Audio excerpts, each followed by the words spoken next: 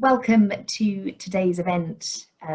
We've got, I think, a couple of hundred people here together, which is a real testament both to the importance of these issues and the quality of the speakers that we've got here today.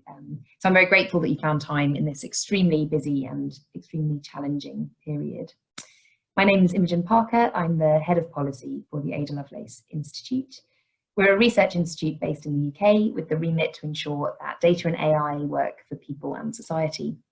And this is the beginning of a new series of work at Ada, exploring the nascent development of what we're referring to as public health identity systems, which we've seen emerging in response to COVID, perhaps in the form of health status apps, or as the focus of today's session on digital immunity certificates.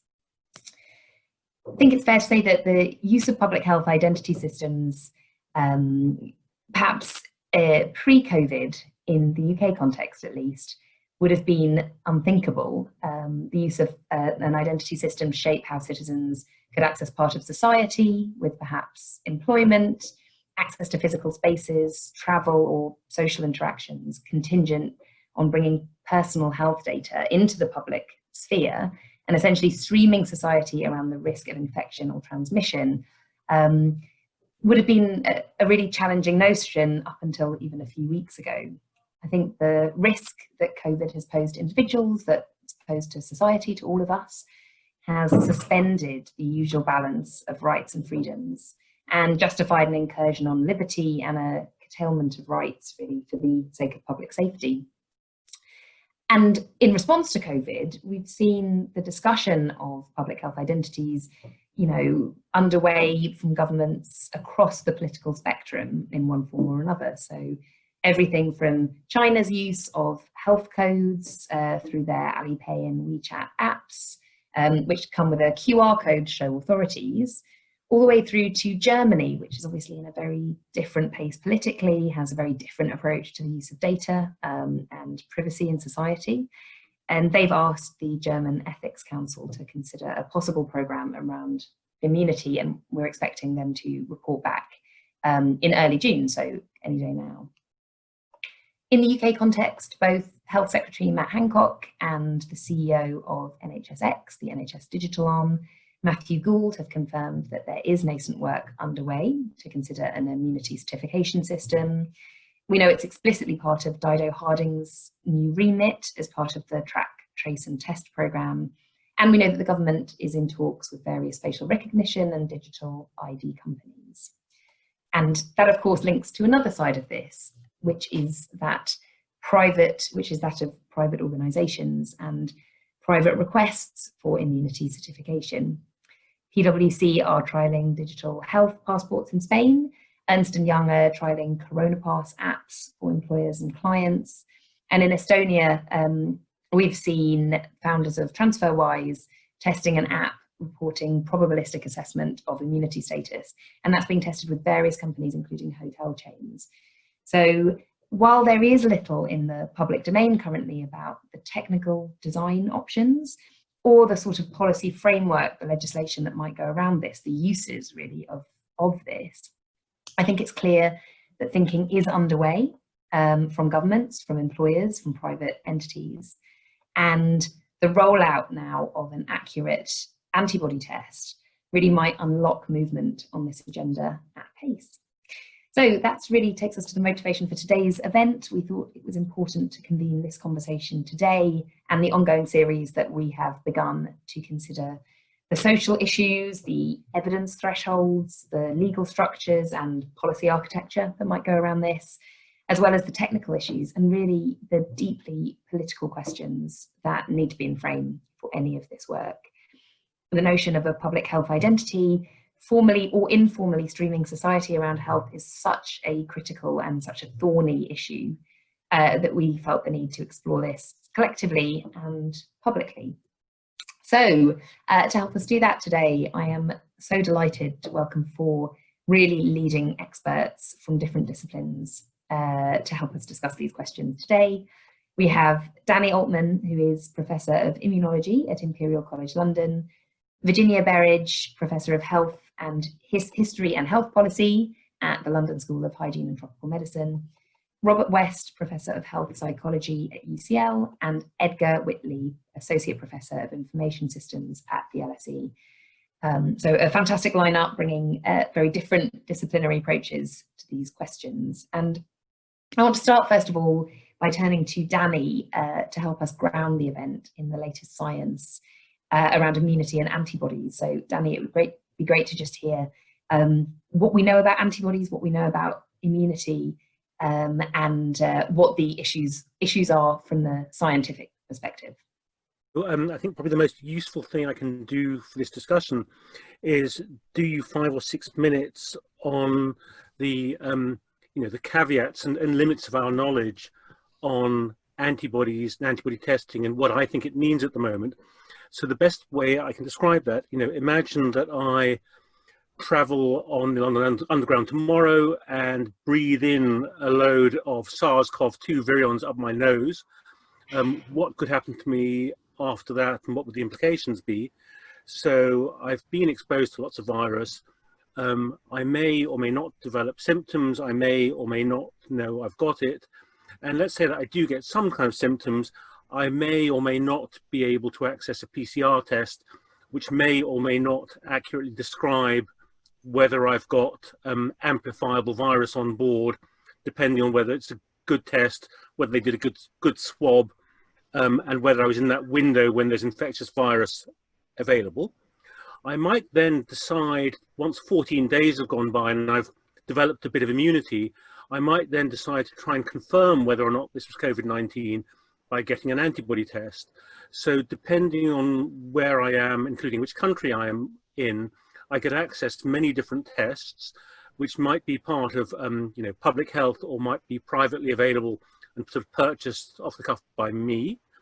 And they will be very variably reliable, validated, and will give very variable quantifiable data about the amount of antibody I've got on board.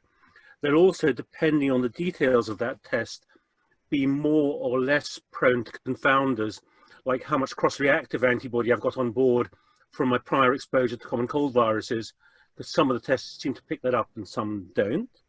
So one way or another, if I'm lucky, some kind of answer will come back saying that I do or don't have antibody on board. And the next thing I think I've got to kind of think about is that doesn't equal protection for me. Yeah, that's a proxy for protection. We don't know what the correlates of protection are that could mitigate in a second wave, because the immune system is a thing that has thousands of different cell types in it, many types of antibody, many functions of antibody, and this test isn't delving down into any of that detail. It's just trying to count how many molecules of antibody there are there, not what they're doing or whether they're neutralizing virus or any of the functional fancy immunology at all. Okay, so it's a proxy which we hope might vaguely correlate, if we'd only done our homework, which we haven't done yet, with your chances of being protected next time round, but we hope it means something. And so if I do it and everybody down my street does it, we'll produce this kind of scattergun of results of high, medium, low, and no antibody at all, because people are terribly variable. And based on that, in this scenario, I might be able to get some kind of document or certificate or electronic ID or something. I haven't any idea what that will mean for my protection status for the reasons I just said. I also haven't an idea how durable that certificate should be. Does that mean that I'm safe to have antibodies on board for 6 months or 12 months or 24 months? Because, one of the things we definitely feel about coronavirus immunity is that it's rather fragile and not very durable. But again, too early in the day to be sure about this. So to cut a long story short about that, when I was asked to give evidence about this to the House of Commons cross-party committee, I just approached it as a piece of scientific peer review and said if this came before me for peer review, I probably wouldn't fund it just because the homework hasn't been done and we have no evidence base to support it. And it would just look like a very kind of thin piece of science to me at this stage. The only other thing, I'll shut up in a moment, the only other thing I wanted to add is obviously it's a test that some people a priori wouldn't be able to pass because there are lots of people out there with all kinds of immune deficiencies and drug histories and things that means they wouldn't score well on an antibody test. And And yet, even more complicated than that, if you look at the literature, there are people out there in this pandemic who've made no detectable antibody whatsoever. In fact, are prevented from making antibody from genetic defects, from congenital lack in antibody repertoire, who still managed to recover perfectly well from this virus without any need for fancy ventilation or ITU or anything. So the antibody test isn't a perfect correlative protection, because you can have zero antibody on board by definition and still make a full recovery.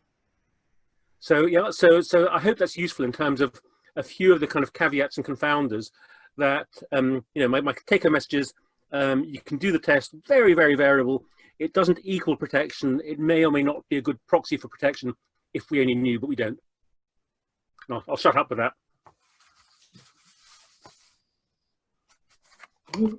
Thank you, Danny. That's a great introduction. Can I just do a quick follow-up question, which might demonstrate my very rudimentary knowledge of science?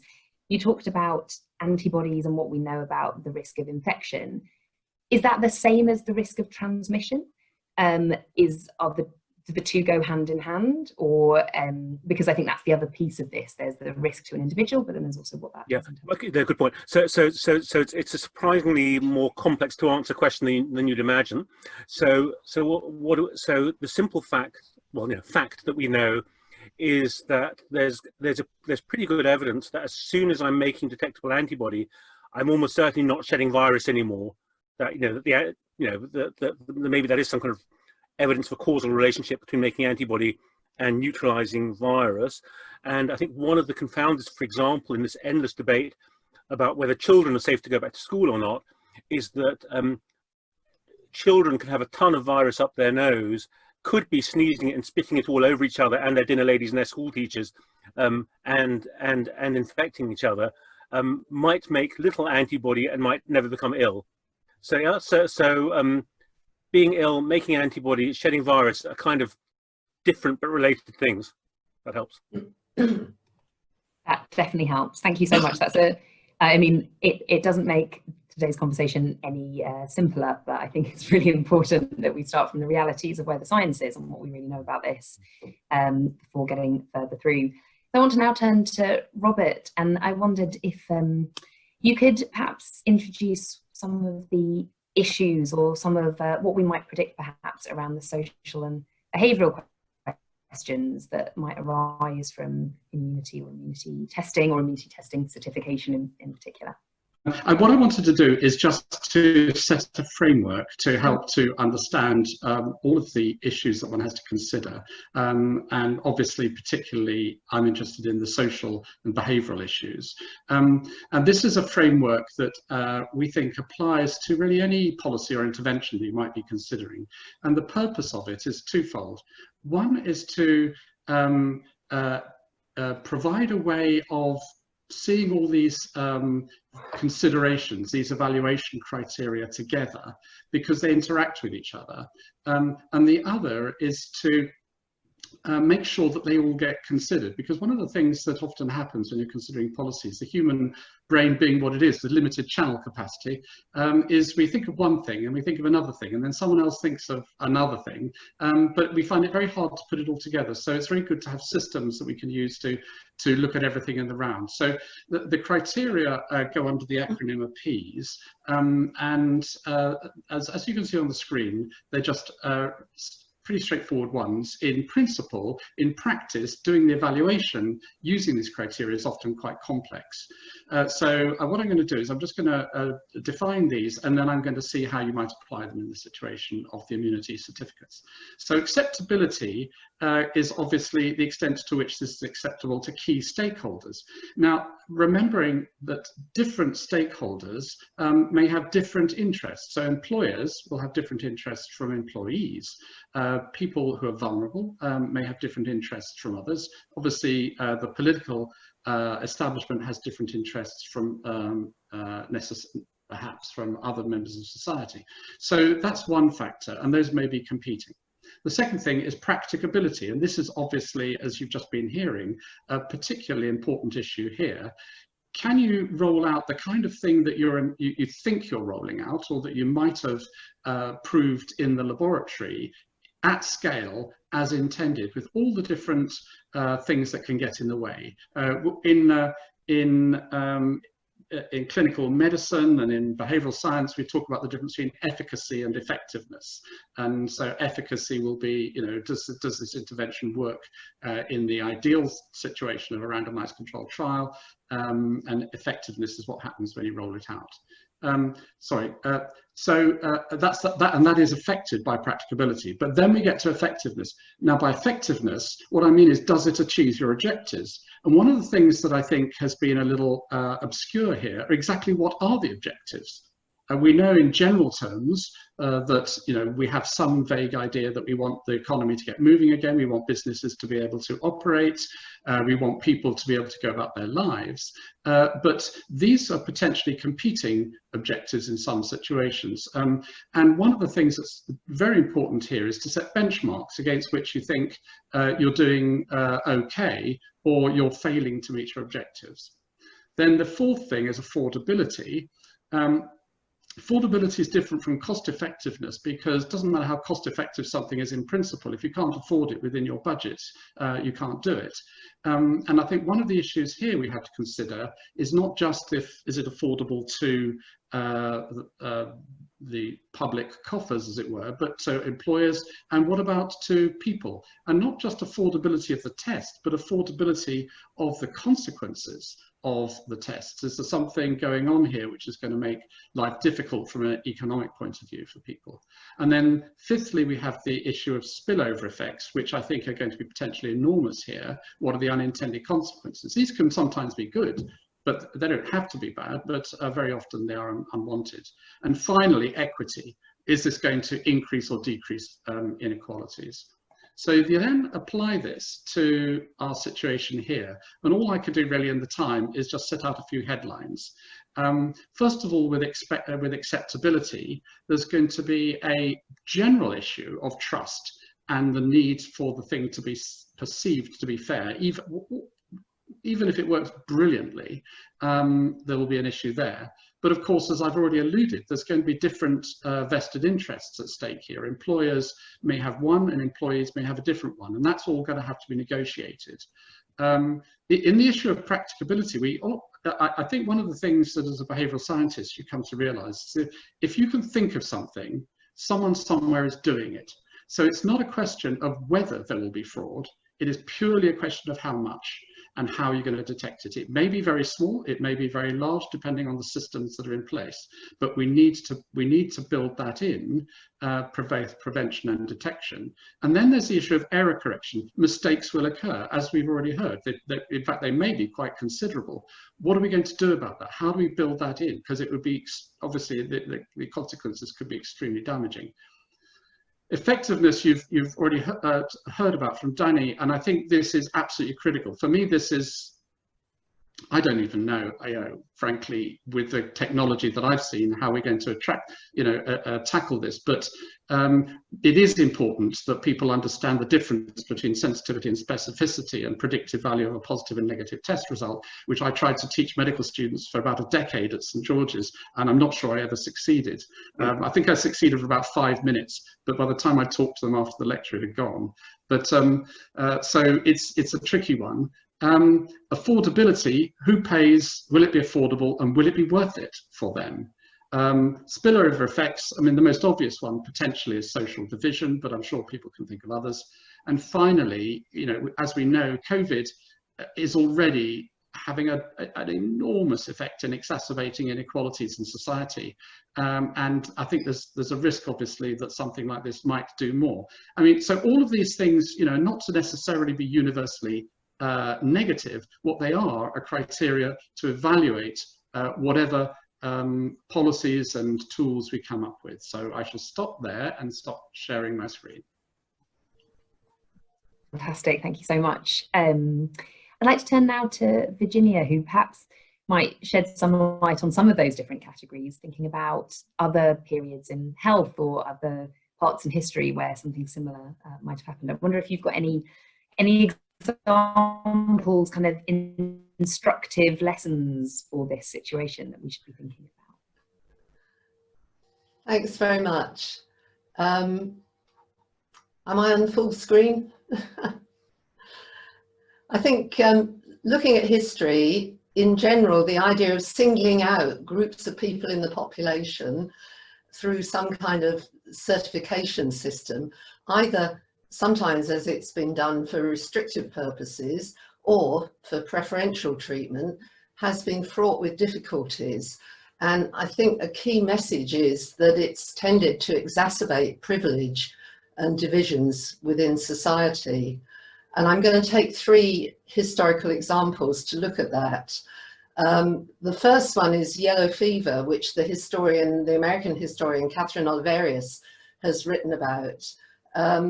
The impact of that disease in New Orleans in the 19th century meant that only those who'd had the disease and could prove that they'd had it, who were acclimated, were able to find a place to live, a job, a bank loan, or a wife.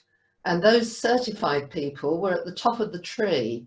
So anyone who wanted to move into that category had to struggle to get that certification. So newly arrived immigrants in the city struggled to get infected and accepted, while the wealthy left the city during the outbreaks of yellow fever. So the system was set up to emphasize privilege, but there was also confusion about how long immunity lasted and whether the tests were accurate, something that we've been talking about already. So that's my first example. Another example of a different sort is the testing for syphilis during the 20th century with the Wassermann test. And so in the 1930s, in many American states and also elsewhere in other countries as well, you couldn't get married without a premarital certificate to say that you were free of the disease. And a marriage license wouldn't be granted until you were free, according to that test. And that could take some years. And often it was only the bridegroom who was examined, not the bride. People tended to move from states which required certification to those which didn't in order to get married. And it was also possible to get around the restrictions if you had enough money to pay to get out of the system. But I think all of this was part of the eugenic emphasis on what was called the future of the race, something which was affecting many countries during the 1930s. But the testing again was not particularly reliable. It produced high numbers of false positives, and it burdened people with treatment that they didn't need and with stigma that they didn't deserve. So again, not a particularly good outcome from that. And my final example is more recently with HIV/AIDS. And I think here in the UK and elsewhere, particularly in the United States, there was always a much greater emphasis on human rights and avoidance of stigma. So it's good that Ada Lovelace is starting to raise some of those issues.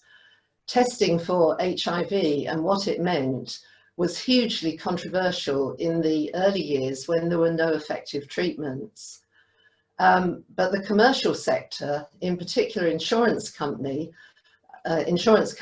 took the issue of testing as a trigger for wider inquiries and also a potential refusal of insurance. So many were asking if the person had had a test or they'd sought counselling for HIV/AIDS, and this was a trigger for inquiries which could lead to refusal of insurance. And so you then got companies set up which were willing to insure gay men. And of course here too, the meaning of being HIV positive changed. In the early days, as one haemophilia consultant told me, who I interviewed at the time, people thought that being HIV positive was a good thing. It meant that you were immune. But of course, very soon those sorts of ideas changed and it became a very different thing to be HIV positive. So I think to sum up, the historical conclusion about certifying people who either have or don't currently have a particular disease is fraught with very difficult issues. And in particular, I think it can lead to exclusion, stigma, and the undermining of rights. Historically, that's been for racial minorities and for the poor, but also for other sections of society as well. Thank you, Virginia. That's really, really fascinating. And I hadn't come across that insight until we spoke the other day, that being HIV positive initially was seen as a good thing. And I think that's a really cautionary tale about where we are in terms of understanding this virus and what antibodies or what immunity might mean. Lastly, I'd like to turn to Edgar to consider, we don't know for sure, but the expectation is that this, whatever this is, whether it's called immunity certification or something else, might be delivered digitally, might be appended onto an app perhaps. And I just wondered if you could pull out what sorts of issues that might raise, what we should be considering, and I guess in the UK context, whether this might be the first step towards a wider biometric ID system, which is something that the UK has chosen not to do in the past. And again, what are the sort of issues or questions we need to be thinking about now, early on in these discussions? Thank you. What I want to do is kind of draw on a number of the points that my colleagues have been making through the panel. It's interesting, the kinds of issues that I was flagging up are exactly the ones that particularly Danny and Robert have already raised. I approach this very much from the context of building digital identity systems, and there are evolving and emerging frameworks that at least help us to make some sense of the kinds of issues that we are talking about.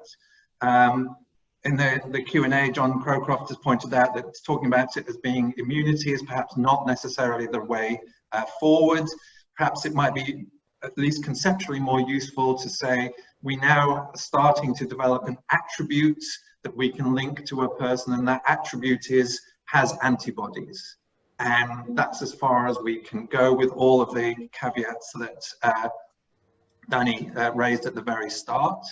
And when we start thinking about that attribute and how we know what an attribute, how an attribute might be assured, or how we might have confidence in that attribute, along the lines that Danny already indicated, we have a large number of multiples. Realistically, there are going to be multiple tests available from different suppliers, from different drug companies, from different purchasing environments. There's probably also going to be multiple administrations of those tests. As Danny said, good swabs, not so good swabs. We've already seen for the active COVID tests, the failure rates are up to 30%. We're probably also going to get multiple scores. Danny talked about high, medium, and low, but conceptually, different tests or a particular person might have different sets of different people would have different scores in terms of the antibodies that they actually have. We also need to consider the different time periods since the test was undertaken, because we don't have the certainty about how long the antibodies last. And of course, we have the practicalities, and this is where the identification bit comes, how you link that attribute of having antibodies to the person who was actually tested. And so there's a whole series of complications there. We also have to bear in mind that the attribute, the has antibodies attribute, is going to be relied upon by a variety of different relying parties. So if you are seeking to employ someone to work in a care home, if you are just checking whether someone can sit closer to you in public transport, there will be a whole series of different relying parties who may also have different expectations and different requirements from the profiles from all of these different multiples that we are considering. So you might have a profile that says, we really would want, or consider these two profiles. One test, which is deemed to be a pretty reliable test, that's been administered by a doctor, and the individual has a very high score. compare that with someone who's done a self-administered test, perhaps bought from the only one they could find on a Amazon type website, and they get a very, very low score in that. So we need to have a way of evaluating and determining those different kinds of profiles, so that you might say this set of combination of factors would not be usable for accessing this particular service, this particular employment, or whatever it might be. But for lower risk environment, we think that as long as you've got certain elements there, that's absolutely fine. And if we start to build those kind of standardized profiles, and this is all subject to all of the caveats that Danny raised at the beginning, that it's probably not going to be that reliable, then you start having the opportunities for interoperability, so that you are not as constrained to having to buy this test done in this kind of a way, but rather the marketplace would allow different individuals to present their attribute of has antibodies in different kinds of ways. And then if we can do that, then you also have the opportunity for potentially cross-border interoperability as well. We already see this for accessing government services within Europe, in that a German digital ID system is deemed to be as good as have a high enough standard to also be suitable for accessing UK government services. So if you start thinking of it much more in terms of that framework, then you do at least have a way of thinking about those kinds of practical considerations. And once you have that framework in place, then you can start talking meaningfully about the kinds of purposes and the kinds of consequences, and particularly the unintended consequences that can arise, particularly that Virginia raised in her presentation. And clearly, the ability to link this to the particular person and to be able to check that in a reliable way that can't be spoofed, that can't be faked, particularly if the incentive is to have the attribute of has antibodies to re-enter employment, to access certain goods and services, to be able to go on holiday or whatever it is.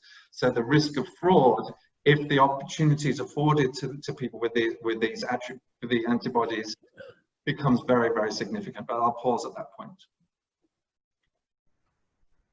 Fantastic. Thank you so much. Well, and thanks to all the speakers for just starting to, I think, scratch the surface of, if you know, taking any disciplinary lens, what the sorts of kind of issues are that will need to be thought through on this. There's a load of really good questions coming through on the chat, which I'll come to. I'll just quickly respond to one from Jonathan Crowcroft saying we suggest people don't use immunity in our scheme.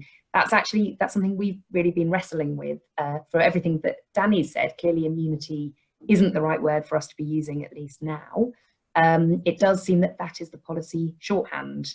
So I think that in and of itself kind of raises a series of questions. I want to just start with a follow-up question for Danny, which is somebody's asking, what if we got tested every month? To what extent does that help manage some of the uncertainties that you've been talking about, both the fact that you get multiple results, but also the fact that, given that we don't know about longevity, that might help.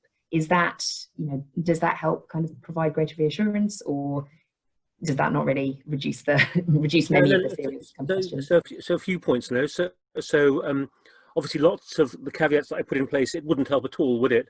The people who can't make any antibody and are immune through their T cells or whatever, bad tests, cross-reactivity with common cold viruses, all of those things.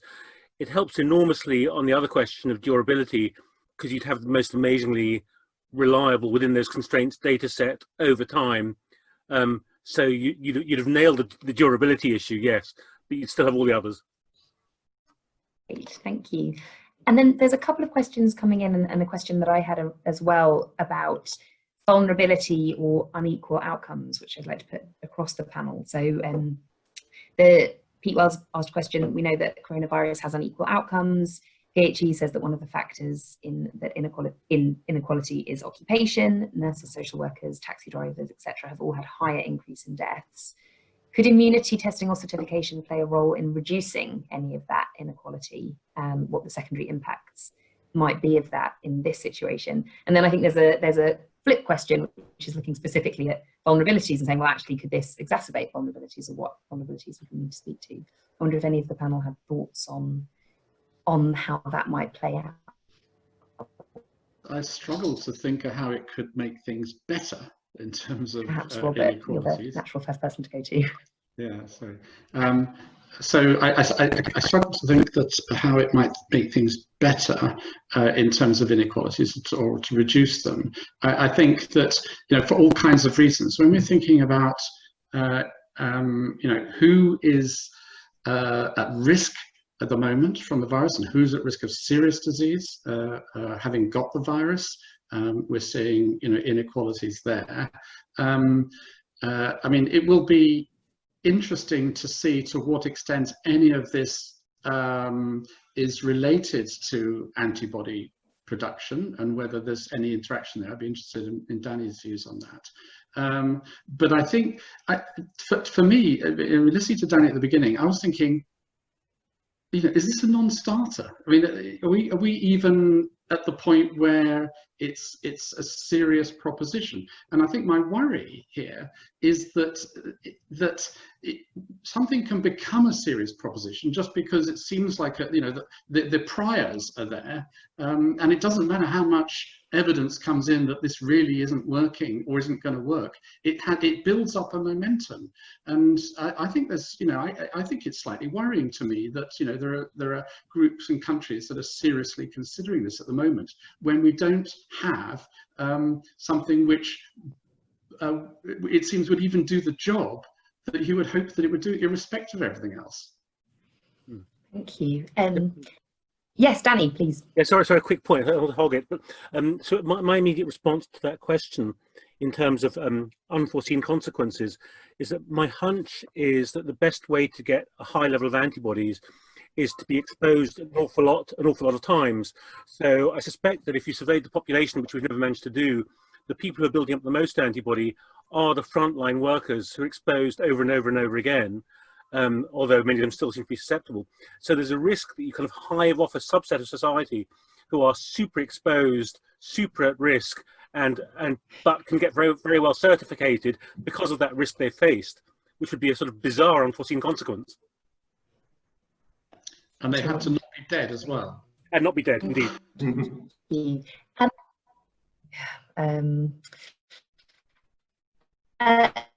Edgar, what about this from a kind of digital and attribution perspective? How do you think that might play out in terms of inequalities or vulnerabilities?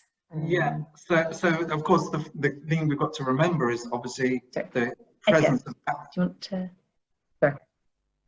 So the presence of antibodies is the output of being exposed, as Danny just said, in terms of working in these kinds of environments. So if you are in an at-risk community and haven't yet got antibodies, you don't particularly want to be going out and putting yourself, exposing yourself to this. So it's a little bit of a strange one there. You can also see a well-intentioned but clearly discriminatory kinds of consequence in terms of inequalities, where because we are concerned about those particular ethnic sub-communities that are more at risk if they do catch something, that you might want to check that they are okay and they already have their antibodies before mixing it in a particular location, etc., etc. So you might be trying to do the right thing, but checking certain parts of society and that they have antibodies much more frequently than others. And just on Robert's point about, is this a non-starter? I think you're right, except that there's lots of companies that are desperately trying to find some way of restarting the economy. And if this is, so it ought to be a non-starter, but there is the commercial demand from companies and from digital ID providers who want to offer this kind of service, because they're offering it because there is demand from relying parties. So it's a tension that's already there. Thank you. I wanted to put a question really across the group, which is like, I think all of you have raised some really concrete and serious issues and considerations. I suppose I wanted to and issues with this. I think in normal circumstances, especially when health status is fairly vague or unknown or questionable in the first place, would be unthinkable. But we're not operating from that starting point. You know, we're operating from a situation of huge economic turmoil, both on a macro and a micro scale, high number of deaths, loads of now emerging secondary health and social issues from lockdown as well. So I suppose, how do we weigh something like a digital immunity certification with all the problems inherent in that, with the alternative, either with a much clunkier way of streaming society, like full lockdown or not full lockdown, or shielded groups? You know, we've already been kind of essentially grouped by health status to some extent. What is there any, how do we kind of weigh this against the alternatives and the situation we're in?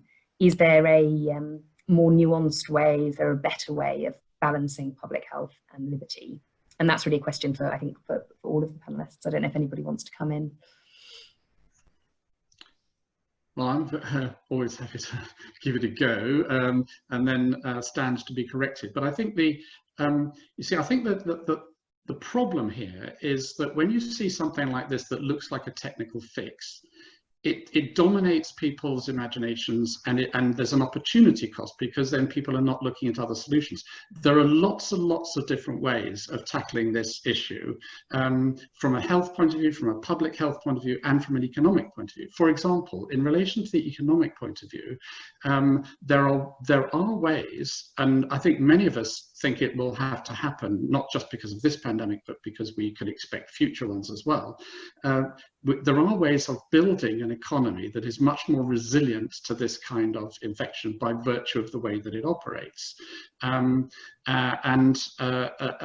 know, we're already seeing restructuring in the way that things are done. So an economy that relies less on mass gatherings, close contact, the sorts of things that spread infections, is one aspect of it. Another one, obviously, is getting effective and efficient track and trace. And that seems to me to be potentially a very viable option in the future. At the moment, it's not there, not close to being there in the UK, closer in other countries, but that looks very viable with very rapid, you need rapid response. It needs to be reliable in terms of positive and negative predictive value, and so on and so forth. And if we go too far down the street and think, well, the only way we're going to open up the economy is through a vaccine or through this, then we don't look enough at these other solutions. So I'm always very taken by Dave Brailsford, who I don't know if your listeners will be familiar with, but he transformed the British Olympic cycling team through a very simple principle, which some people will know, which is marginal incremental gains, basically aggregating marginal incremental gains and moving ahead across a whole sweep of things. And I suspect that that's probably what's going to be needed for this kind of problem.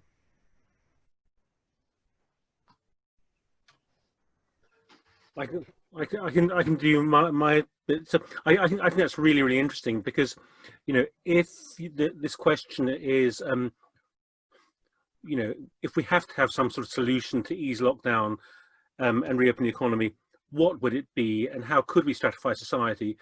You know, the answer would be, with all the caveats I've already posed about reliable antibody testing, maybe we're not ready for that, and we've invested too much faith in that.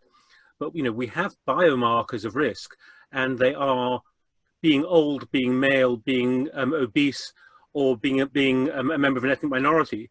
You know, think how unacceptable it would be to stratify your society on that basis. You know, it's a bit of a sort of no-go area. So, you know, very, very difficult discussions. You know, we have the markers there. Just a historical comment. Historically, contact tracing, of course, was a key mode for controlling infectious disease, for things like TB and also STDs as well.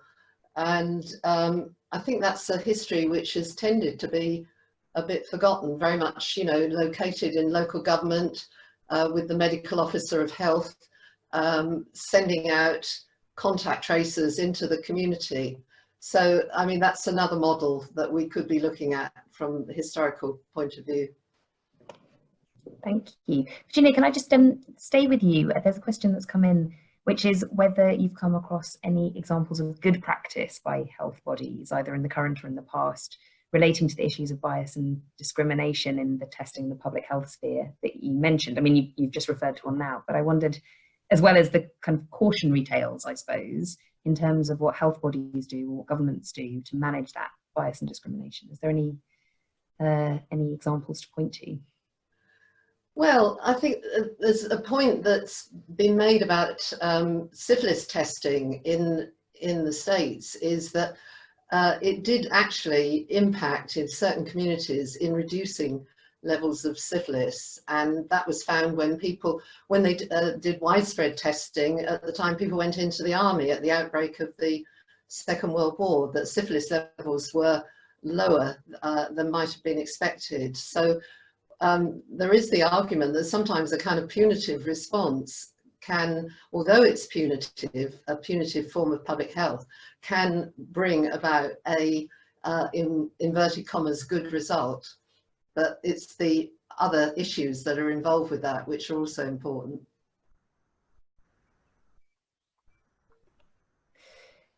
I'm just looking at some other great questions that have come in.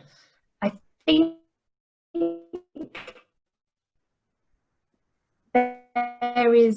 there's a couple of questions that come in, and also the questions of scope creep for this, whether or not firstly, other elements could be added into this if this is seen as acceptable in the short term. And then also the questions of whether this is acceptable, I mean, if it is acceptable, whether this is justifiable in an emergency, or whether introducing this, you know, once the cat is out of the bag, once health status is being used to stream society, whether there's any way you can go back from that, and whether this kind of would open up a new type of future society for us. I wonder if anybody had any thoughts on those questions. Perhaps Edgar on the question of scope creep with these types of, if this is digitally delivered, are there that ensure that this is only used for certain purposes, this is only about certain types of information, and this is protected in that way, as opposed to what we've seen some of concerns around other health apps where new information is added and added, or the door is open for that change in scope with technology that feels different to a kind of analog passport, perhaps, where it might be easier to control use and content. So at one level, the attribute has antibodies could be no different to is overweight, has a predisposition to certain cancers, has a genetic propensity to all sorts of kinds of things. So as a logical perspective, you may well, there's nothing to stop the technology from releasing and sharing a whole series of attributes. That means that the framework within which you operate these kinds of systems would need to have strong regulatory controls. That might be a legal regime that says we are only going to allow you to do this for COVID, but you could immediately see the kinds of pressures for, well, we're very concerned about, I know, people having heart attacks at work. So we want to at least be able to evaluate the likelihood that somebody driving a taxi is not susceptible to a heart attack or whatever it might be. I suspect the key constraint on that would be the extent to which there's genuine demand for all of these theoretical potentialities. So realistically, if you need a taxi to get you somewhere quickly, do you really care whether that driver has a slightly increased potential of having a heart attack, or do you assume that the general regime for driving tests, etc., cover that? So there may be some self-controlling about, well, how many different things do you check, which things do you account for? but certainly the potential in terms of the technology and the kind of interoperable frameworks would not prevent it. It would need to be the wider ecosystem that would or could or should limit what other kinds of attributes you would want to do that. And it doesn't even have to be health related. Once you start doing those attributes, you could also went to a public school. I mean, there's a whole series of different things. Is a good skier, all of these other kinds of proxies for lots of these assumptions that we're making in society, because again, a lot of the criticism of yesterday's report about the disproportionate effects of COVID on Black and minority ethnic communities was also that it's not necessarily their ethnicity, but it could also be their income levels, housing arrangements, etc., etc.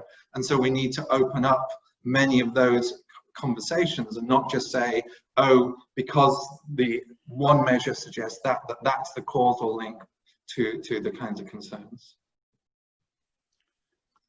I think that's right, and but what it does is it opens up a challenging prospect, which is that our systems and we as a population are going to have to be much more savvy around how we understand and interpret information of this kind. And you know, it's hard enough for epidemiologists to deal with confounding, collider bias, reverse causality, heaven knows what. You know, trying to get that into the sort of public sphere and into insurance companies or various policy groups is going to be, you know, incredibly challenging. But one thing it does, one thing that has struck me as this crisis has evolved is the extent to which we're starting to move from seeing it as a sort of all or none thing to just another, not just, but another part of the risk management that we do every day in traffic. You know, we have ways of dealing with traffic, and sometimes it's more risky than others. If it's raining, then you'd behave differently from if it's dry. And so what I could see happening is a system developing where we have place and time and condition and person sensitive risk assessment, and that's just built in to our overall risk management structures, and we think of it in terms of not as safe or unsafe, but as a continuum of risk. I don't really see how we can avoid doing something like that. We're now running out of time, so we're going to have to leave it there, but I want to thank our panelists for joining us. That was a fascinating discussion, and we've had so many really interesting questions that have come in on the Q&A. We will be keeping a record of that. As I said, there's going to be more events. The next one focusing on the kind of social, legal and policy questions arising out of this, probably in the next week, but we'll update on our website and on our Twitter feed around that. And we will be taking some of those questions forward into that, so thank you. And I'm sorry if I didn't have a chance to get to them. A recording of the webinar and written summary will be available on our website, so the Ada Lovelace Institute.